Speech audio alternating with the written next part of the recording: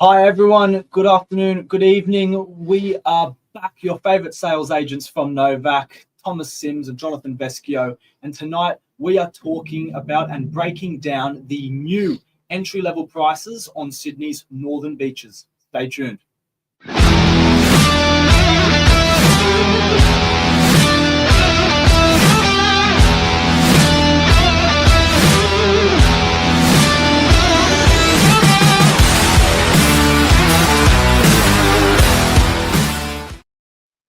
Alrighty, I hope everyone's doing well. Hope everyone had a nice weekend, a good Father's Day. Had a little bit of tragedy on Saturday in DY. We won't discuss that. But very, very sad news down at DY Beach. My condolences, our condolences to the family. Yeah, to everyone out there. And obviously a really sad situation, but we won't dabble on that too much. But I hope everyone had a great day. Sorry, trying to get into the frame here. Hope everyone had a good day. We did. We had a good day today, didn't we? Yeah, it was a really busy day. Couple new listings coming on. So everyone out there who's still in the market looking to buy, we've got some really good stock at the moment. Jono's got a beautiful Manly apartment for sale. It is stunning. Stunner. Got the wow factor. Yeah, that's right. Yeah. Sorry, that's Mark. So Thomas, you go. Yeah, let's dive in. We're breaking down the new entry-level prices on Sydney's northern beaches where we're based. So we've noticed a lot this year, the new entry-level price. It's a topic that not many people discuss, but in the last couple of weeks, I've started to talk to buyers a lot about this. A lot of people's budgets have changed, but a lot of people have noticed what I've been seeing and what we've been seeing. For your entry-level houses, entry-level apartments, the prices are just going up. And now people who were looking a year ago and stopped and are now looking again, they've come out to the market, met us at an open home and said, look, I'm looking to buy an entry-level house. I said, okay, what sort of price range are you looking to buy in?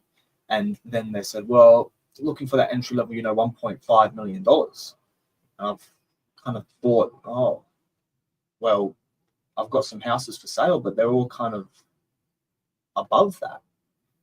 And then it's made us realize it's kind of the new entry level. So Jono, who's an expert in property, is going to just start off with houses. Yeah.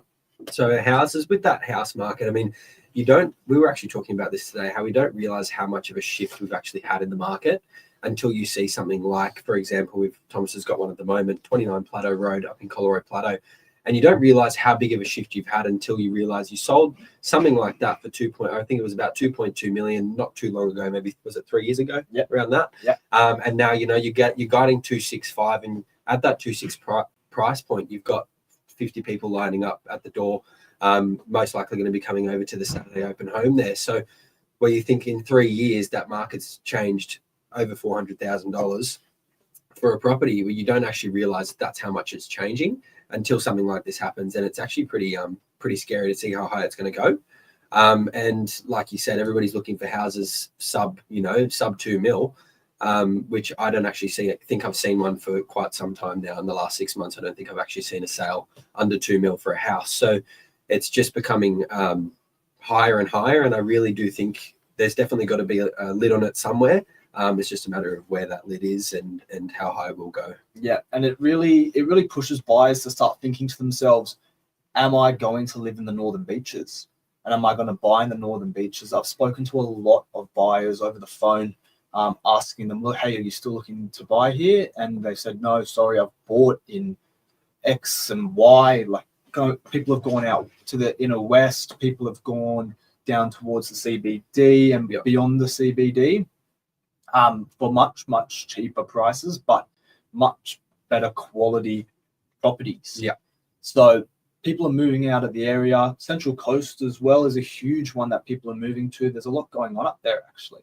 A lot of good development, a lot of rebuilding, and it's actually straying a lot of people and a lot of locals who've been here for generations out of the area, which is kind of sad to see. It's happening in the rental market too. It's the same thing. Everybody's just getting priced out of the suburb. just due to the fact of the lifestyle. When you're getting a lot of people from eastern suburbs who are coming over to the northern beaches now, finding in that higher end market, you're getting a lot of those eastern suburbs buyers coming over here because eastern suburbs are getting too expensive. Some of them are selling, 60 million for a house. So you can pop over here and you buy something for half the price of that in Manly. But to them, that's a little bit cheaper than where they were. So we're seeing that relocation from those eastern suburbs people.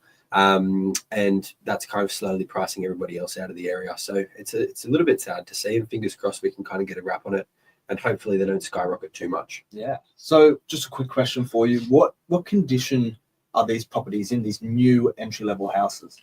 Those entry-level houses. So, for example, what did we sell? Myself and Lisa sold 69 Prescott Avenue. It was a little 3-bedroom house on a 450, 500 square meter block. So a decent sized block, single level home, needed quite a bit of work. It's definitely livable, but could have done with a good fresh coat of paint, some new lights. But other than that, it was definitely livable condition. It was a nice property, but they're not in the most amazing condition. They probably do need a little bit of love, TLC. But in reality, those ones are typically those entry level. That's when you can get that really close to 2 mil. But at the moment, that was 4 months ago. Now we're actually seeing that will probably be going for like that 2.3, 2.35 now. So that's even shifted a little bit since that was on. Yeah, I agree with you there. And it depends on what suburbs you are looking in. For example, take Narrowena, you can find those types of properties. But if you compare Narrowena, an entry-level house, to a suburb closer towards Manly, like Freshwater, that entry-level price jumps significantly, and a lot of properties are more renovated in Freshwater. So there is a difference. You do need to look at certain suburbs. If you had to choose a suburb to get an entry-level house, where would you buy? To buy an entry-level house? Yeah. Narrowena.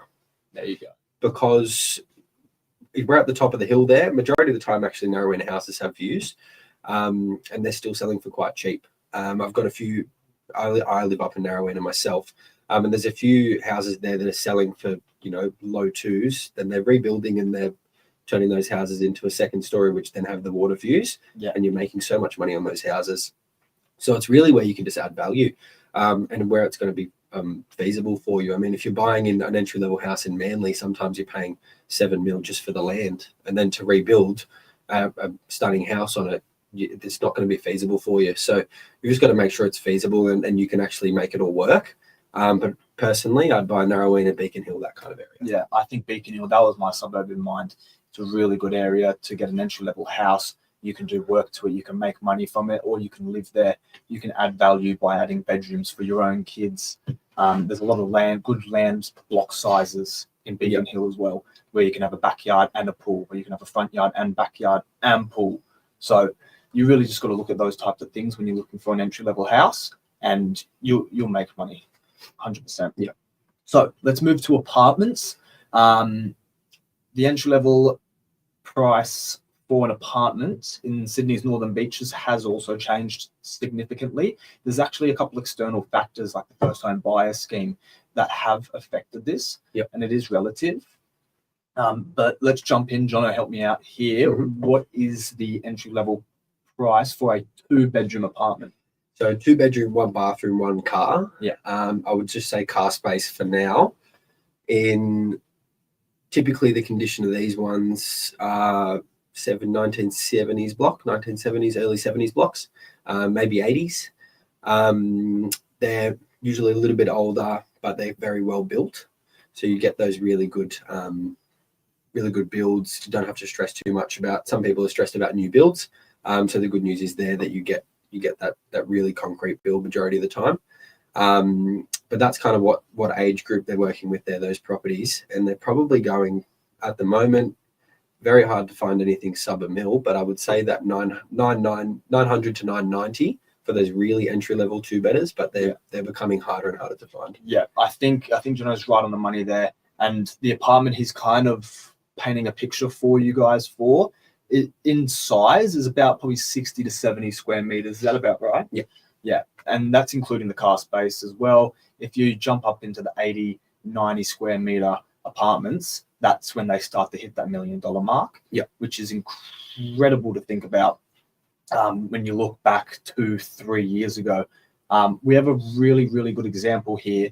Jono's 2-bedroom apartment in DY, 6/30 DY Parade. What did that sell for? Sold last week for 1.127. How big was that? That was 81 square meters with the car space. With the car space. And when was that last sold, and what for? That was sold late 2023, and they owners bought it for 885,000. Wow. And that was at the time, because that's when I first started in the sales team. That was at the time big money for that property. That was really big money. So that was when the market shifted on the 2-bedders. And that kind of was when we saw that shift. And I think we've actually just kind of shifted it again with the resale of this one. Yeah. So it was pretty hectic. So we had 8 bidders within it was a 4-day campaign. We had an open the Friday, Saturday, Sunday, and then the Monday. And then we had 8 people offering on the property all at the same time. So it was very intense. And you know what? They weren't all far from each other. Yeah. So it was just showing how heated up that market is in that 2-bedroom market. Yeah. The entry-level apartments, especially in DY, which is a very, very well-growing suburb. It's very difficult right now, today, 8th of September, 2025. You have a lot of competition. Another external factor, interest rate cuts all throughout this year have just slowly increased buyer, not just activity, but buyer confidence. Yeah, people are now way more confident to go to an open home. They like a property, they can pull out their wallets, put an offer forward. Yeah. Whereas at the start of this year, start of 2025, people were very reluctant and almost just a bit nervous or scared to put an offer forward, even though an offer doesn't tie them down to the property. They were still just a bit nervous getting something forward to us. But now it's just unbelievable. Yeah, if they like it, they're going to offer at the moment, and it's a bit like that now. And like Thomas touched on there, it's those interest rates coming down, the new first home buyer stuff that's all happening. It's all really just happened in one big hit. The government just kind of dropped everything on us and said, here you go. And all the buyers are kind of holding on to that and are just pretty much throwing themselves at property at the moment.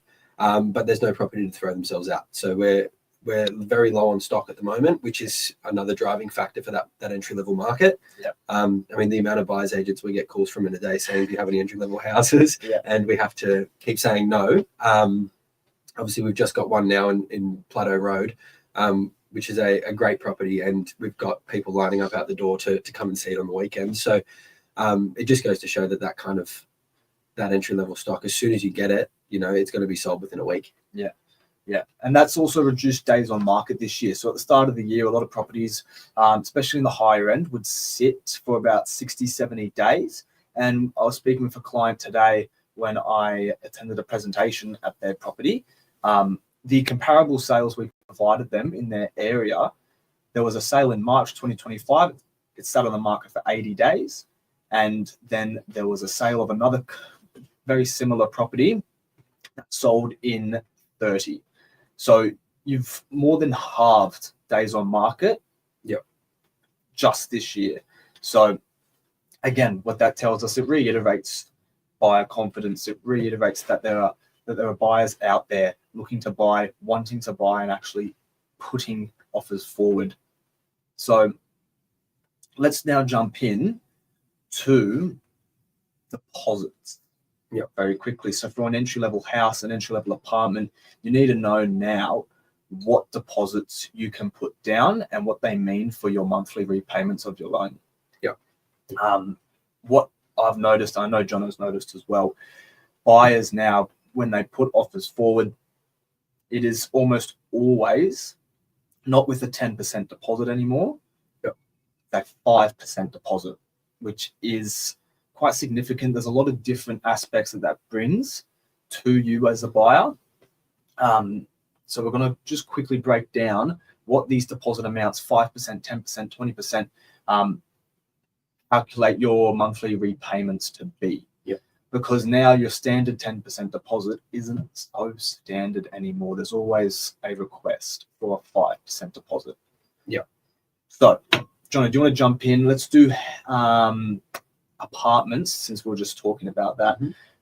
Can you run through apartment deposits, and then I'll calculate the monthly repayments? Yeah, no worries. So 900,000. We'll just base it off a $900,000 apartment. So 5% deposit, which is about 45 grand. So you need a loan of 855,000, and your monthly repayments are about $5,000. So 5% deposits, I believe they come with LMI, which is lender's mortgage insurance. Yep. Now, I'm not overly understanding what that is. Could you explain to everyone what that kind of does? Lender's mortgage insurance. Yeah. Well, honestly, I'm not too up to date with it either. I was actually looking into this the other day. Yeah. So I was kind of trying to figure it out myself when a buyer was talking about it, because I've never bought myself. We've never bought ourselves. We typically just sell the property. We don't have too much to do with the finance side of things. So I'm not too good at the lingo, and I don't want to go on a live stream and talk about it just in case I'm wrong. I have a rough idea, but I don't want to be wrong. I think lender's mortgage insurance is an additional amount they pay, just as like insurance on top of that. So it's when a bank, because your deposit amount is less, the bank is a little bit extra cautious. Yeah. Because you're providing less of a deposit. So you then have to provide the bank that insurance amount, which I think it could be about $20,000, depending on what you're buying. Just to ensure that if, like, regarding your repayments, whether you're late or you need to bump it up. Jump to a 10% deposit for a $900,000 apartment, Jono. So it would be 90,000. Your loan would then be 810,000, and your monthly mortgage repayments would be just under 5,000, about $4,800, which is less than your $5,000. Yeah, about $300 less there. Yeah, and with your 20% deposit, so if you have a lot of savings, cashed up, ready to buy, that is, do you know how much? 20% deposit, you'd be paying 180. Yeah, 180,000. And your loan would be 720. So you'd be paying $4,300 a month. So with those figures in mind for an apartment, what I'm seeing a lot of with first home buyers, with people looking to get that entry level apartment, they're no longer buying just by themselves. So what this does, you buy with your partner, buy with your mum and dad, you buy with your sibling, buy with someone.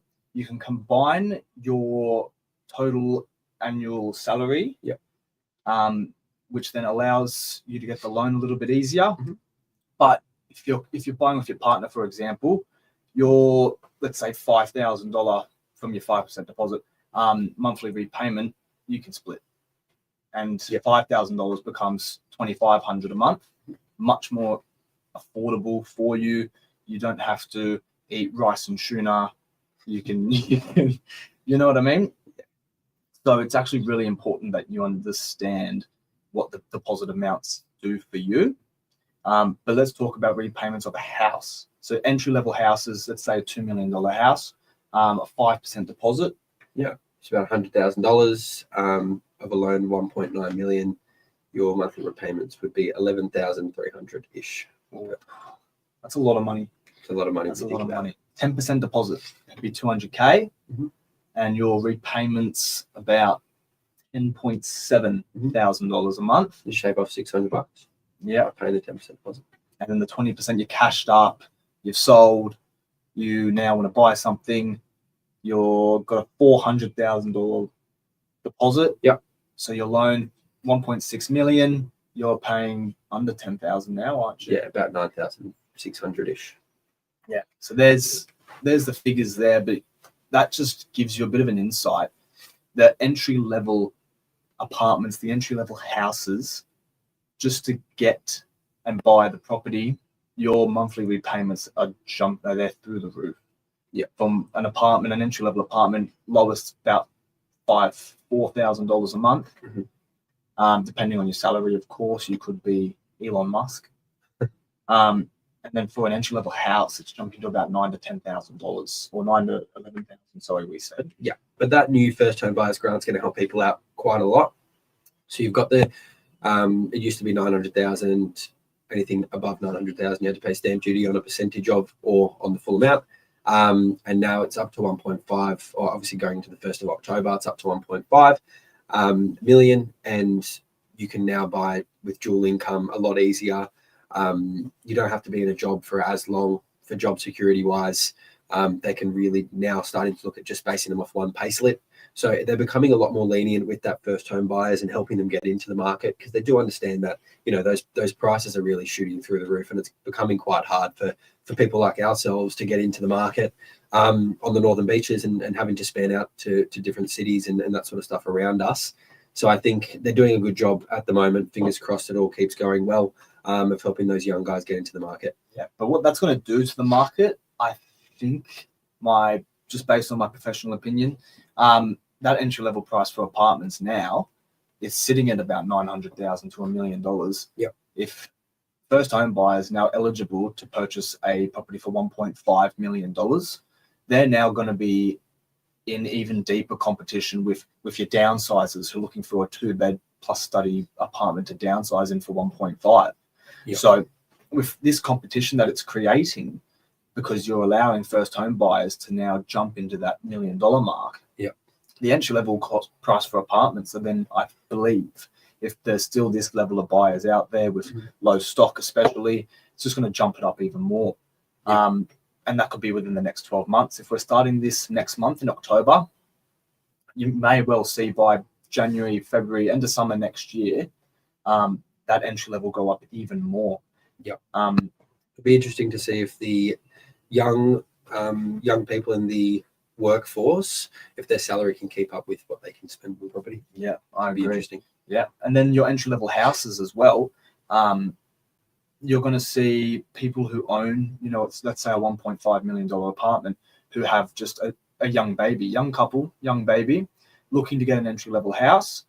Their property, which may be worth $1.3 million today, after 6 months of this new first home buyers change, their $1.3 million property could then be worth 1.6. Yep.